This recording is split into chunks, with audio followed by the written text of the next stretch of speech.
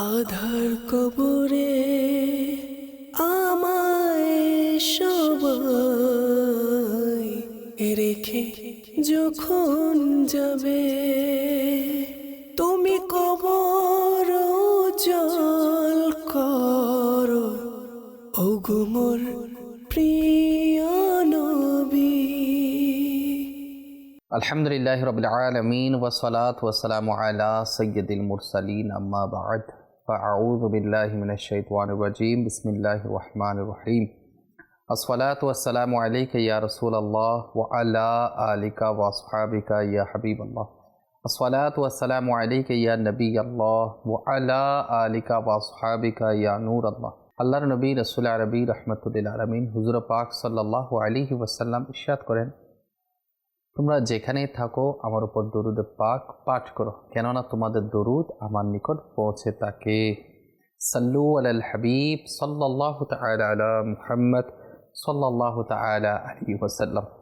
কৃষ্ণ ভাইরা, মাদানী চ্যানেলের দর্শক শ্রোতা, আপনাদেরকে স্বাগত জানাচ্ছি মাদানী চ্যানেলের ধারাবাহিক অনুষ্ঠান কবরবাসীর ঘটনাবলী। এই অনুষ্ঠানে যে যেখান থেকে দেখছেন আপনাদেরকে অসংখ্য অসংখ্য মোবারকবাদ, ধন্যবাদ। আল্লাহ পাক আমাদের সবাইকে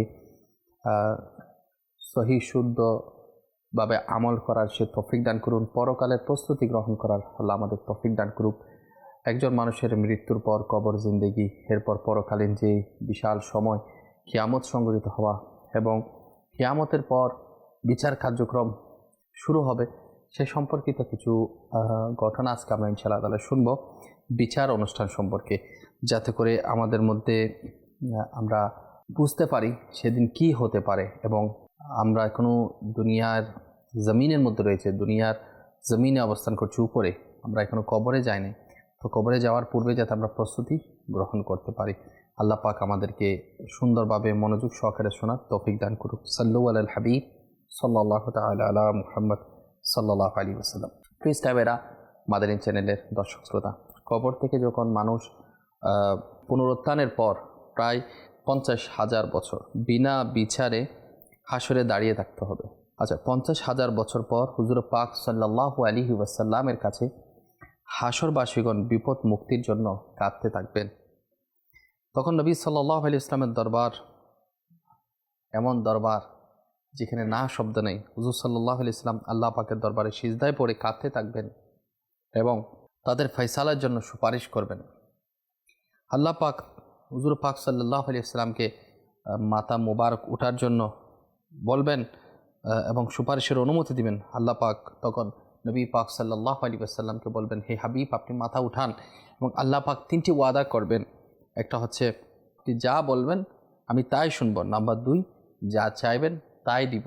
এবং নাম্বার 3, যার জন্য সুপারিশ করবেন তা কবুল করব, যেটা বুখারী শরীফের মধ্যে আসছে।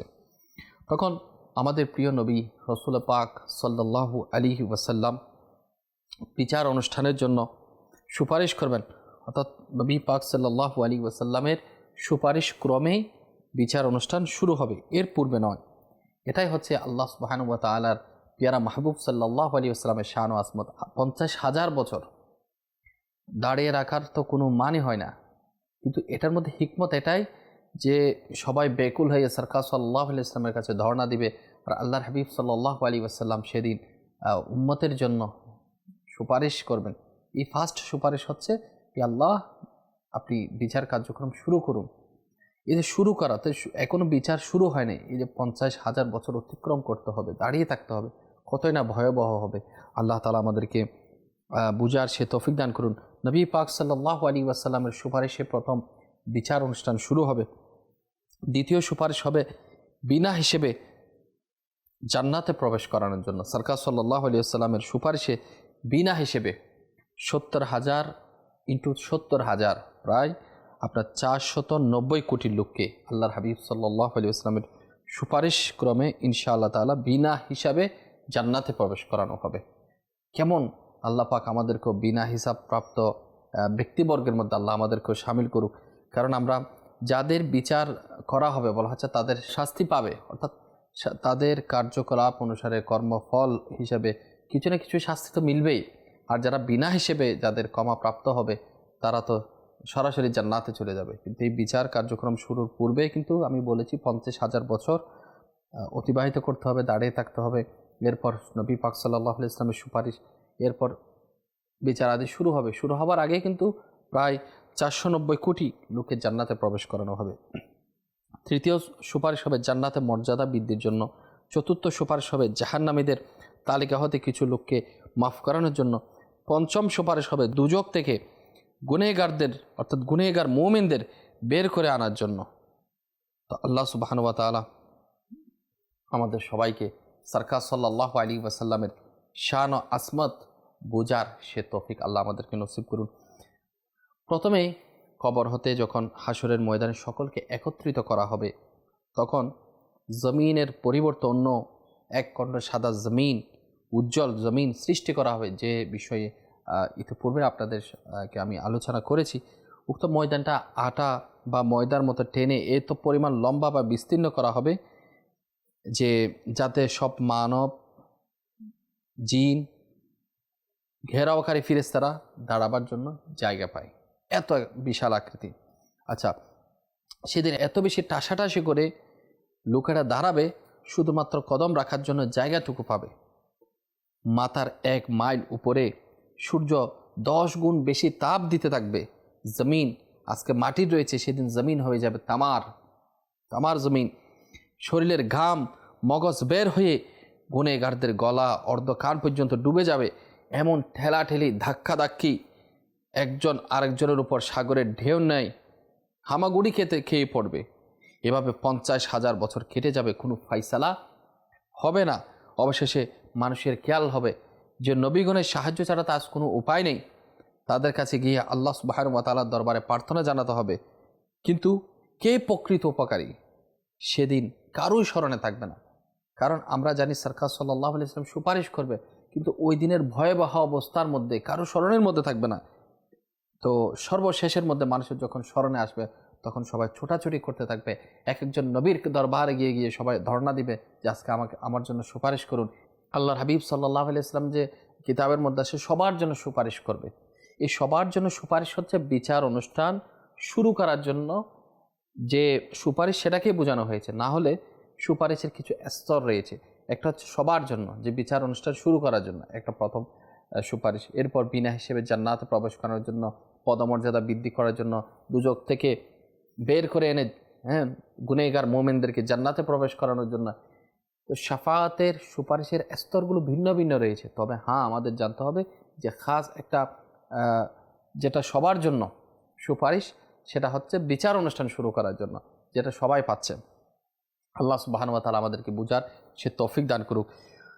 আল্লাহ সুবহানাহু ওয়া তাআলার কি শান ও আসমত আল্লাহর হাবিব সাল্লাল্লাহু তাআলা আলাইহি ওয়াসাল্লামকে দিয়েছেন। যারা বলে সুপারিশ, নবী পাক সাল্লাল্লাহু আলাইহি ওয়াসাল্লাম সুপারিশ করতে পারবে না, নবীগণ সুপারিশ করতে পারবে না, নাউযুবিল্লাহ, আল্লাহ তাদেরকে বোঝার তৌফিক দান করুন। জমিনে অবস্থান করে যারা আল্লাহর হাবিব সাল্লাল্লাহু আলাইহি ওয়াসাল্লামের শান ও আসমত বুঝতে পারে নাই, সেদিন তারাও কিন্তু শাফাআতের ভিক্ষা নেওয়ার জন্য, শাফাআত পাওয়ার জন্য, সুপারিশ নেওয়ার জন্য আল্লাহর হাবিব সাল্লাল্লাহু আলাইহি ওয়াসাল্লামের বারগাহে হাজিরি দিবে। তাদের কি অবস্থা হতে পারে, তাদের কি করুণ অবস্থা হতে পারে, ইনশাআল্লাহ তাআলা আমরাও সে ব্যাপারেও শুনব। আল্লাহ তাআলার বান্দাদেরকে বোঝানোর জন্যই তো আল্লাহ তাআলা এই বিচার অনুষ্ঠানের কার্যক্রমটা রেখেছেন। না হলে 50 বছর অপেক্ষা করার কোনো মানই হয় না। এরপর আপনি যদি একটু খেয়াল করেন, আপনি একটু লক্ষ্য করেন, এক একজন নবীর কাছে যাবে, আদম আলাইহিস সালাতু ওয়াস সালাম থেকে শুরু করে এক একজন নবীর কাছে উম্মতগণ ধর্ণা দিবে, বান্দাগণ, আল্লাহর বান্দাগণ যাবে। এরপর সর্বশেষ এক একজন অপরজনকে নবীকে দেখিয়ে দিবেন। শেষ পর্যন্ত সরকার সাল্লাল্লাহু আলাইহি ইসলামের কাছে আসা পর্যন্ত যে একটা সিস্টেম, এটা হচ্ছে সরকার সাল্লাল্লাহু আলাইহি ইসলামের শান ও আসমত সেদিন প্রকাশ করার জন্য আল্লাহ তাআলা এই অনুষ্ঠানটা সাজানো হচ্ছে মূলত। না হয় মানুষের কি ফায়সালা সেটা তো অটোমেটিকলি হয়ে গিয়েছে, কে নেককার কে বদকার আল্লাহ সুবহানাহু ওয়া তাআলা ভালো জানেন। সেদিন সরকার সাল্লাল্লাহু আলাইহি ইসলামের শান ও আসমত বোঝানোর জন্য তো এই অবস্থা। তো খুব সুন্দর মাশাআল্লাহ সরকার সাল্লাল্লাহু আলাইহি ওয়াসাল্লামের সেই শান ও আসমতকে বৃদ্ধ উলামায়ে কেরামগণ উদ্ঘাটন করিয়েছেন কবিতার চরণের মধ্যে, যে হাসরের ময়দানে বিচারের এই মঞ্চ সাজানোর একমাত্র উদ্দেশ্য হবে পিয়ারা মাহবুব সাল্লাল্লাহু আলাইহি ওয়াসাল্লামের শান প্রদর্শন করা। সুবহানাল্লাহ, সুবহানাল্লাহ। আল্লাহ পাক আমাদের সবাইকে সরকার সাল্লাল্লাহু তাআলা আলাইহি ওয়াসাল্লামের শান ও আসমত বুঝার সে তৌফিক আল্লাহ আমাদেরকে নসিব করুন, আমিন। আল্লাহ তাআলার দরবারে আমাদের প্রিয় নবী রাসূল পাক সাল্লাল্লাহু আলাইহি ওয়াসাল্লামের মর্যাদা হলো মাহবুব বা প্রিয়তম। এর মর্যাদা, যার প্রেমে পড়ে আল্লাহ তাআলা সমগ্র জগৎ সৃষ্টি করেছেন, যার মর্যাদা প্রদর্শন করার উদ্দেশ্যেই বিচার অনুষ্ঠানের মঞ্চ তৈরি করা হবে, সমগ্র বিশ্ববাসীকে সেদিন প্রিয় নবী রাসূল পাক সাল্লাল্লাহু আলাইহি ইসলামের মুখাপেক্ষী করে দেওয়া হবে। তারই দয়ার উপর সেদিন হাসরবাসীগণ মুক্তি নির্ভর করবে। সমস্ত নবীগণ হবেন সেদিন আপন আপন উম্মতের কাণ্ডারি। কিন্তু এমন একটি ভয়াবহ সময় আসবে যখন কোনো নবীরই সাহস হবে না মুখ খোলার। ওই সময় আল্লাহ পাক প্রথমে হাসরবাসীদের মনে অন্যান্য নবীদের সাহায্য প্রার্থী হওয়ার খেয়াল পায়দা করে দিবেন। তখন মূলত তাদের কাছেই কিন্তু সবাই ধর্ণা দিবে এবং তারা অপারগতা প্রকাশ করবেন। একজন নবী অন্য নবীকে দেখিয়ে দিবেন। এরকম 1,23,999 জন, অর্থাৎ সমস্ত আম্বিয়ে কেরাম এর দরবারে যাবার পর যখন সবাই ফিরে আসবে, তখন হাসরবাসীগণ চরম হতাশার চোখে অন্ধকার দেখবে। আমরা এখন কই যাব? সমস্ত পাইগাম্বর সমস্ত আম্বিয়ে কেরামের দরবারে গিয়েছি, একজন অপরজনকে দেখিয়ে দিয়েছে, অপারগতা প্রকাশ করছে, তাহলে আমাদের পক্ষে আজকে সুপারিশ কে করবে? তখন দয়ার সাগরের দয়াদানের জন্য প্রস্তুত আল্লাহু আকবার তিনি হচ্ছেন সরকার দু আলম হুজুর পাক সাল্লাল্লাহু আলাইহি ওয়াসাল্লাম। কিন্তু প্রার্থী তো নেই। অবশেষে হুজুর সাল্লাল্লাহু আলাইহি ওয়াসাল্লামের দয়া প্রার্থনা করবে। কেমন? সাথে সাথে হুজুর পাক সাল্লাল্লাহু আলাইহি ওয়াসাল্লাম অবয় বাণী শোনাবেন, আনা লাহা আনা লাহা আনা লাহা। বুখারী শরীফের মধ্যে আসছে, আমি সুপারিশের একমাত্র অনুমতিপ্রাপ্ত ব্যক্তি নবীদের মধ্যে। আল্লাহু আকবার আল্লাহু আকবার। নবীদের মধ্যে আল্লাহর পেয়ারা নবী রাসূল পাক সাল্লাল্লাহু আলাইহি ওয়াসাল্লাম সর্বশ্রেষ্ঠ, এবং আল্লাহর পেয়ারা নবী হচ্ছেন আল্লাহ তাআলার পেয়ারা মাহবুব, যে তিনি আমাদের জন্য সুপারিশ করবেন। দুনিয়াতে সব নবী জানতেন যে হুজুর পাক সাল্লাল্লাহু আলাইহি ওয়াসাল্লাম সুপারিশকারী হবেন, কিন্তু তারা সেদিন সবাই একথা ভুলে যাবেন। এজন্য তারা একজন অপরজনের কাছে প্রেরণ করবেন, আসল কথা মনে থাকবে না। এগুলো সব কিছু হচ্ছে আল্লাহ তাআলার পক্ষ থেকে, এবং আল্লাহর পেয়ারা মাহবুব সাল্লাল্লাহু আলাইহি ওয়াসাল্লামের শান বোঝানোর জন্য সেদিন আল্লাহ তাআলার পক্ষ থেকে কি স্পেশাল নিয়ামত আল্লাহর হাবিব সাল্লাল্লাহু আলাইহি ওয়াসাল্লামকে, যে সবাই চেয়ে থাকবে, সবাই দণ্ডায়মান হবে যে সরকার দু আলম হুজুর পাক সাল্লাল্লাহু আলাইহি ওয়াসাল্লাম আমাদের পক্ষে সুপারিশ করবে। আল্লাহ সুবহানাহু ওয়া তাআলার কি অসংখ্য দয়া। আল্লাহ পাক আমাদেরকে বোঝার সে তৌফিক দান করুক। এমন কথা অগ্রিম কে বলতে পারেন? এ অভয়বাণী মুক্তিবাণী কে শোনাতে পারেন? যিনি পারেন তিনি বিপদের কাণ্ডারে হয়ে শুয়ে আছেন তো সরকার সাল্লাল্লাহু আলাইহি ওয়াসাল্লাম সেই সোনার মদিনায়। আল্লাহু আকবার। হাসরে থাকবেন তথা আরশ কুরসি তথা মাকামে মাহমুদ উপবিষ্ট। মাকামে মাহমুদ হলো শাফাতে কুবরার মকাম বা মর্যাদা, যার প্রশংসার পঞ্চমুখ হবে হাসরবাসীগণ। আল্লাহু আকবার। নবী করিম রফুর রহিম হুজুরে পাক সাল্লাল্লাহু আলাইহি ওয়াসাল্লাম এর সুপারিশেই সেদিন বিচার আরম্ভ হবে।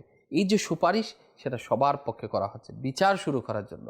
পরবর্তী সুপারিশ কিন্তু স্তর বেঁধে বিভিন্ন শ্রেণীর লোক, বিভিন্ন স্তরের লোক বিভিন্ন উপায়ে পাবে, কিন্তু সবার পক্ষে, অর্থাৎ সবাই কিন্তু খাস যে সুপারিশ সেটা সবাই পাবে না।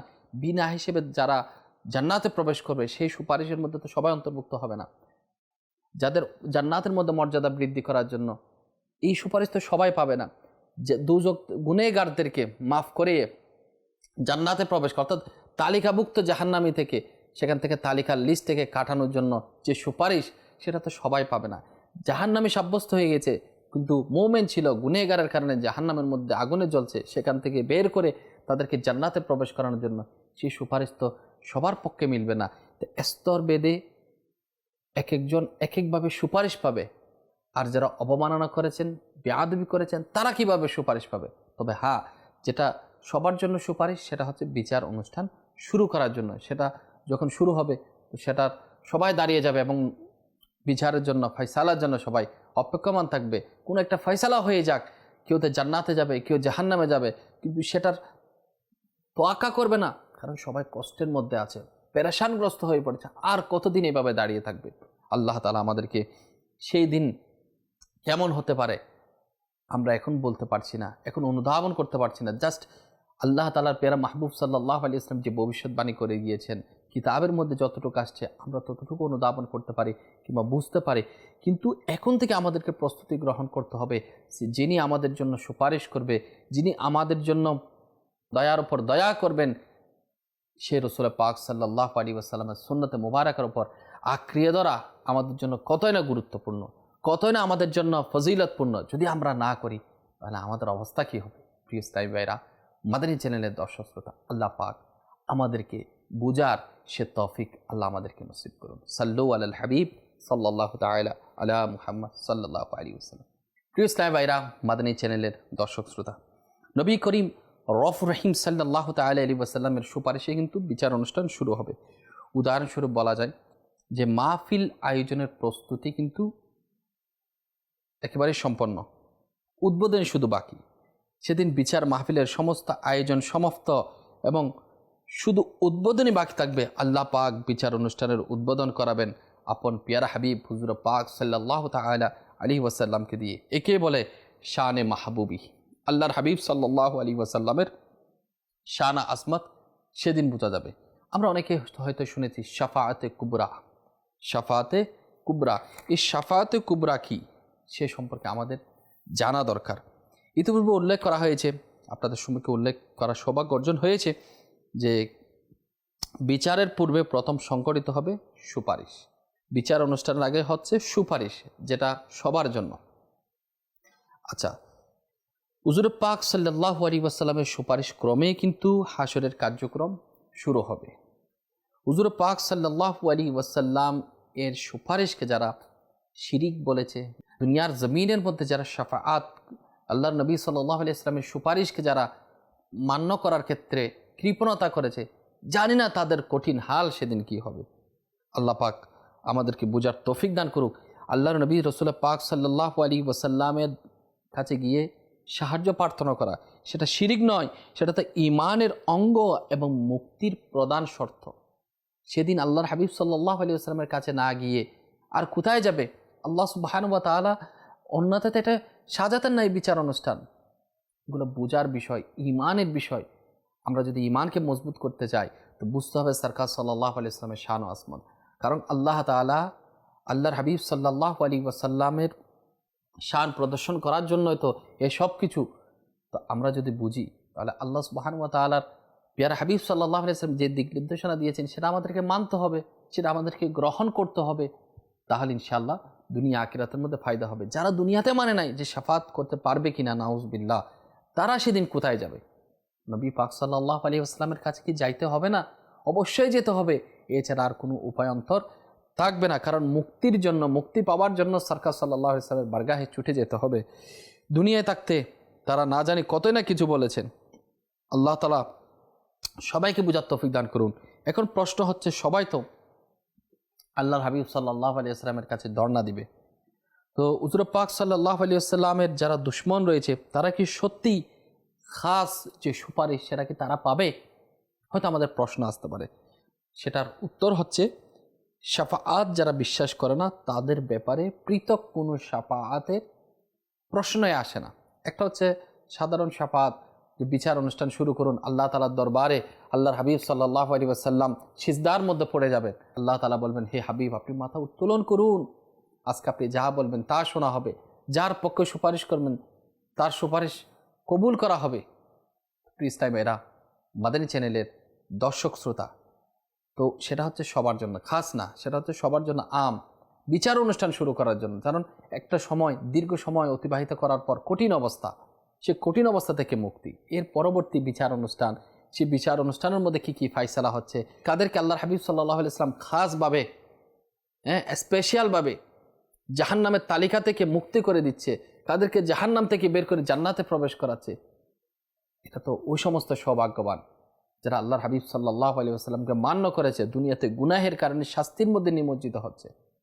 তো তারা শাস্তি পাওয়ার পরেও আল্লাহর হাবিব সাল্লাল্লাহু আলাইহি ওয়াসাল্লামের সুপারিশ ক্রমে তারা জান্নাতে যেতে পারবে ইনশাআল্লাহ তাআলা। কিন্তু যারা শাফাআত বিশ্বাস করে না তাদের ব্যাপারে কি হবে? কারণ তারা তো বেআদব, নবী পাক সাল্লাল্লাহু আলাইহি ওয়াসাল্লামের সুপারিশ মান্য করে না।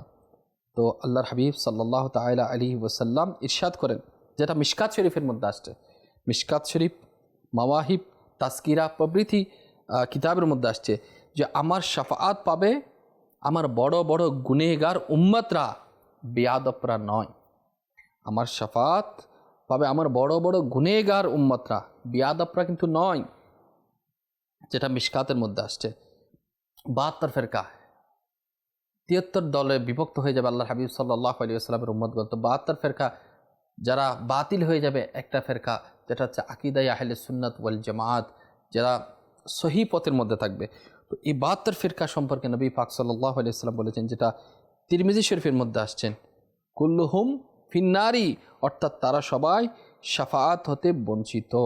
আল্লাহ সুবহানাহু ওয়া তাআলা আল্লাহর প্যারা নবী রাসূল পাক সাল্লাল্লাহু তাআলা আলাইহি ওয়াসাল্লামের সম্মান করার, ইজ্জত করার, তাজিম করার, শাফাআতের নবী হিসেবে, সুপারিশকারী হিসেবে মেনে নেওয়ার সে তৌফিক দান করুন। প্রিয় ইসলামেরা, মাদানী চ্যানেলের দর্শক শ্রোতা, আল্লাহর নবী রাসূল পাক সাল্লাল্লাহু আলাইহি ওয়াসাল্লামকে আমরা তো মানি, যিনি আমাদের সর্বশেষ নবী। আচ্ছা, আমরা নবী হিসেবে মানি, এখানে আকীদার কিছু বিষয় রয়েছে, নবী হিসেবে মানতে হবে। আমাদের প্রিয় নবী হুজুর পাক সাল্লাল্লাহু তাআলা আলাইহি ওয়াসাল্লাম আখিরি নবী, শেষ নবী। নবী পাক সাল্লাল্লাহু আলাইহি ওয়াসাল্লামের পরে আর কোনো নবী আসবে না। সুপারিশকারী নবী, গায়েবের সংবাদদাতা নবী, হাজির ও নাজির নবী এবং মুক্তিদাতা নবী, জিন্দা নবী। এগুলো হচ্ছে ঈমান, আমাদের বিশ্বাস, এবং এগুলো কিন্তু কোরআন হাদিসের বাইরে নয়, কোরআন এবং হাদিসের পক্ষে রয়েছে। আমরা একটু না বুঝার কারণে, শয়তানের কুমন্ত্রণার পরের মানুষ আজকে বিভ্রান্ত হয়ে যাচ্ছে। আল্লাহ তাআলা বুঝার তৌফিক দান করুক। তো যে হাবিব হুজুর পাক সাল্লাল্লাহু আলাইহি ওয়াসাল্লাম এত দয়ার উপর দয়া করবেন, আল্লাহ তাআলা দরবার থেকে উম্মতদেরকে মাফ করিয়ে জান্নাতে প্রবেশ করাবেন। পৃথিবীর বুকে এমন কি কেউ আছে বর্তমান ক্রাইসিস জিন্দেগি, কঠিন থেকে কঠিন বাস্তবমুখী জিন্দেগিতে আপনি একটু খেয়াল করেন, কেউ কারো হচ্ছে না, কেউ কারো পক্ষে সাপোর্ট দিচ্ছে না, এরপরেও দুনিয়াতে কোনো না কোনো রকমভাবে আমরা চলে যেতে পারি, আমরা সময় অতিবাহিত করতে পারি, চালিয়ে নিতে পারি। কিন্তু কঠিন মুহূর্তে আমাদের কি হবে? কে আমাদেরকে সাহারা দিবে? আল্লাহ তাআলার দরবারে যদি বিচার অনুষ্ঠান শুরু হয়ে যায়, আমরা কিভাবে এক একটা মুহূর্ত, এক একটা সেকেন্ড, আমরা কিভাবে এগুলার বর্ণনা আল্লাহর দরবারে আমরা কিভাবে দিব? বলা হচ্ছে প্রত্যেকটা কর্মকাণ্ড, প্রত্যেকটা কথা সেদিন আমলনামা দেওয়া হবে হাতের মধ্যে, বলতে শুরু করতে হবে, এবং কান, চোখ, শরীর, অঙ্গ প্রত্যঙ্গ সব কিছু সাক্ষী দিবে। আমাদের পালানোর স্থান থাকবে না। সেদিন কি কঠিন পরিস্থিতি! আর যিনি দরদে হয়ে আমাদের পক্ষে সুপারিশ করবেন, সে হুজুর পাক সাল্লাল্লাহু আলাইহি ওয়াসাল্লামের চাইতে বড় আপন কে রয়েছে? আর সে প্রিয় নবী রাসূল পাক সাল্লাল্লাহু আলাইহি ওয়াসাল্লাম দাড়িওয়ালা ছিলেন। আমার নবী দাড়িকে পছন্দ করেন। সেই নবীর পছন্দকে আমরা নিজের পছন্দ নিয়ে বানিয়ে ফেলি, তাহলে দুনিয়া এবং আখিরাতের মধ্যে কামিয়াবি হবে। নাহলে আমরা যে সুপারিশের জন্য ছুটাছুটি করব আল্লাহর হাবিব সাল্লাল্লাহু আলাইহি ওয়াসাল্লামের সুপারিশ নেওয়ার জন্য, কোন চেহারা নিয়ে হুজুর পাক সাল্লাল্লাহু আলাইহি ওয়াসাল্লামের সামনে আমরা দাঁড়াবো? আমি ইসলামী বোনদেরকে বলবো, আমরা পর্দা করি, পর্দাওয়ালা হই। কোন চেহারা, আমরা এই চেহারা কিভাবে দেখাবো? আমরা পর্দা করি। আমরা ইসলামী ভাইদেরকে বলবো, আমরা জুমার দিন অন্ততপক্ষে, অনেকে সর্বদা পড়ার অভ্যাস নাই, অন্ততপক্ষে জুমার দিন আমরা পাগড়ি শরীফ পরে নামাজ আদায় করি, নিজের দাড়ি সাজিয়ে নিই, সুন্নাত মোতাবেক সাদা পোশাক আমরা পরিধান করি। আমরা নবী পাক সাল্লাল্লাহু আলাইহি ওয়াসাল্লামের দেখানো তরিকা, দেখানো সুন্নাত মোতাবেক আমরা চলি। কারণ আল্লাহর হাবিব সাল্লাল্লাহু আলাইহি ওয়াসাল্লামের দেখানো পথেই যদি আমি চলি, তাহলে আল্লাহ তাআলা খুশি। আর আল্লাহ যদি খুশি হয়ে যায়, তাহলে আমাদের স্থান হবে জান্নাতের মধ্যে। আমরা কঠিন থেকে কঠিন ভয়াবহ অবস্থা থেকে আমরা বাঁচতে পারবো। আল্লাহ পাক আমাদেরকে সরকার সাল্লাল্লাহু আলাইহি ওয়াসাল্লামের শান আসমাত বুঝার, মান্য করার সাথে সাথে আল্লাহর হাবিব সাল্লাল্লাহু আলাইহি ওয়াসাল্লামের উপর বিশ্বাস স্থাপন যেরকম করার দরকার সেই রকম করেই সাথে সাথে আমল করার সেই সুবর্ণ সুযোগ আল্লাহ আমাদেরকে নসিব করুক। আদবের সাথে, ইখলাসের সাথে ইনশাআল্লাহ তাআলা দুনিয়া এবং আখিরাতে কামিয়াবি নসিব হবে। সেজন্য দাওয়াত ইসলামের সাথে সম্পৃক্ত হয়ে যান। ফয়জানের সুন্নাত থেকে ডেলি কিছু না কিছু 5 মিনিট পড়ে শোনান আপনার পরিবার পরিজনকে। দোকানের মধ্যে আপনি দরস দিন, শোনাই দেন। ইনশাআল্লাহ তাআলা দেখবেন কিছু কিছু ইলমে দ্বীনের চর্চা হবে, দুনিয়া আখিরাতের মধ্যে কামিয়াবির রাস্তা মিলে যাবে ইনশাআল্লাহ তাআলা। আমরা সামনের সপ্তাহে শাফাআতে কুবরা সম্পর্কে আরও বিস্তারিত শুনবো ইনশাআল্লাহ তাআলা। মাদানী চ্যানেলের দর্শক শ্রোতা, এই অনুষ্ঠানের সাথেই থাকুন। ইনশাআল্লাহ তাআলা আপনার অনেক কিছু জানার আগ্রহ আরও বৃদ্ধি পাবে। আল্লাহ পাক আমল করার সে তৌফিক দান করুক। আমিন বিজাহি নবীল আমিন সাল্লাল্লাহু তাআলা আলাইহি ওয়াসাল্লাম। আধার কবরে আমায় সবাই রেখে যখন যাবে, তুমি কবর জল করো ওগো মোর